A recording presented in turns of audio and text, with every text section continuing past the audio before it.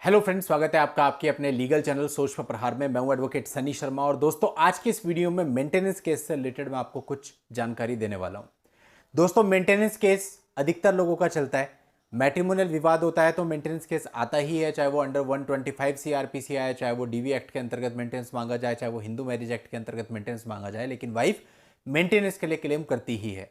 अब दोस्तों जब आप इस केस को लड़ते हैं तो आप इनिशियली ना कुछ मिस्टेक्स कर देते हैं जिसका खामियाजा आपको बाद में भुगतना पड़ता है।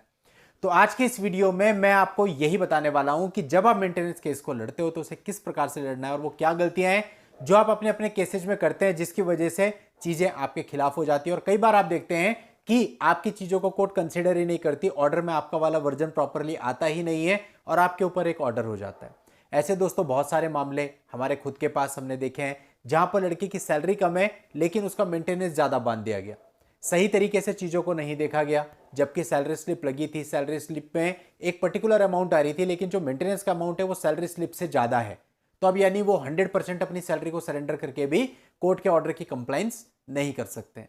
तो इस तरह की जो गलत चीजें होती हैं इसके पीछे कहीं ना कहीं हमारा रोल भी होता है। कैसे होता है आज की इस वीडियो में पूरा समझाऊंगा और इस चीज से बचने के लिए आपको क्या करना है वो भी पूरा समझाऊंगा। वीडियो सभी के लिए बहुत इंपॉर्टेंट है, आखिरी तक वीडियो में बने रहिएगा। अभी तक भी चैनल को सब्सक्राइब नहीं किया है तो चैनल को सब्सक्राइब करके नोटिफिकेशन बेल पर जरूर क्लिक कर दें, क्योंकि इस चैनल पर इस प्रकार की इंफॉर्मेटिव वीडियोज कोशिश करके हर रोज मैं आपके लिए लाता रहता हूं। तो चलिए दोस्तों मैं आपको बताता हूं।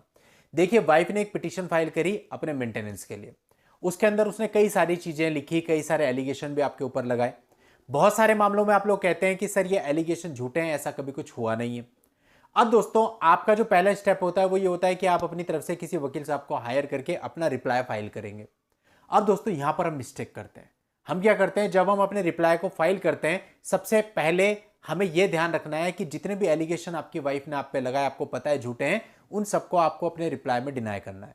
ऐसा नहीं है कि आपने डिनाई नहीं किया। हाँ, आप ऐसा जरूर कर सकते हैं कि उसने बहुत ज्यादा लंबा लिखा है, आप उसे शॉर्ट में करना चाहते हैं तो आप ये कह सकते हैं कि पॉइंट नंबर 1 में इन्होंने जो भी कथन किए हैं वो सारे ही झूठे हैं और सारे ही मुझे अस्वीकार हैं।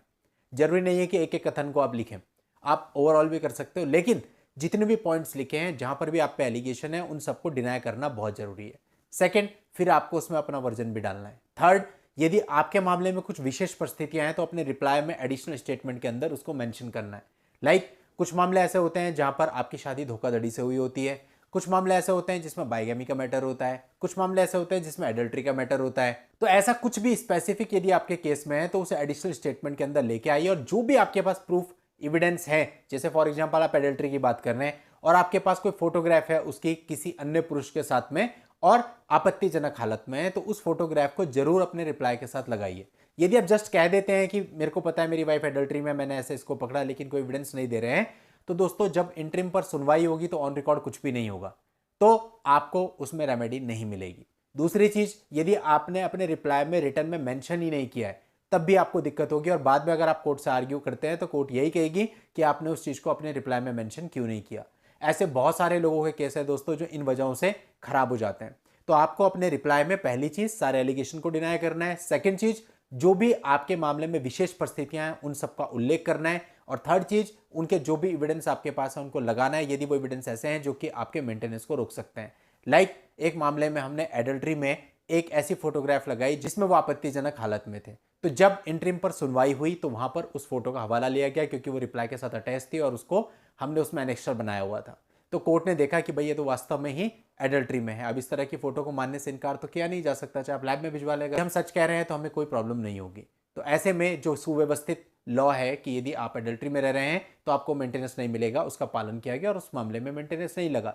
जबकि अधिकतर मामलों में क्या होता है, एडल्ट्री वाले केस में मेंटेनेंस लगा देती है कोर्ट, एंट्री मेंटेनेंस कहती है फिर बाकी ट्रायल पे देखेंगे। वो इसीलिए होता है क्योंकि आप ऑन रिकॉर्ड कुछ लेके नहीं आए।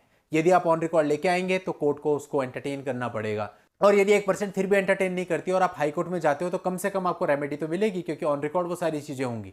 तो दोस्तों इस वीडियो में मैं जस्ट आपको ये समझाना चाहता हूं कि आपको अपनी लड़ाई की शुरुआत कैसे करनी है। शुरुआत सही होगी तो आगे आपको विजय मिलेगी। आपके पास जो भी सबूत हैं, यदि आप सच्चे हैं तो आपकी बात को कोर्ट में माना जाएगा, और यदि आप अपने हाथ से ही मिस्टेक कर देते हैं, खुद ही गलतियां कर देते हैं, तो फिर आप चाहे कुछ भी कहते रहे लेकिन कोर्ट उन चीज़ों को एंटरटेन नहीं करेगी अगर वो ऑन रिकॉर्ड नहीं है। तो दोस्तों उम्मीद करता हूं आपको ये बात समझ में आ गई होगी और आप अपने अपने मामलों में अब से इस बात को जरूर ध्यान में रखोगे।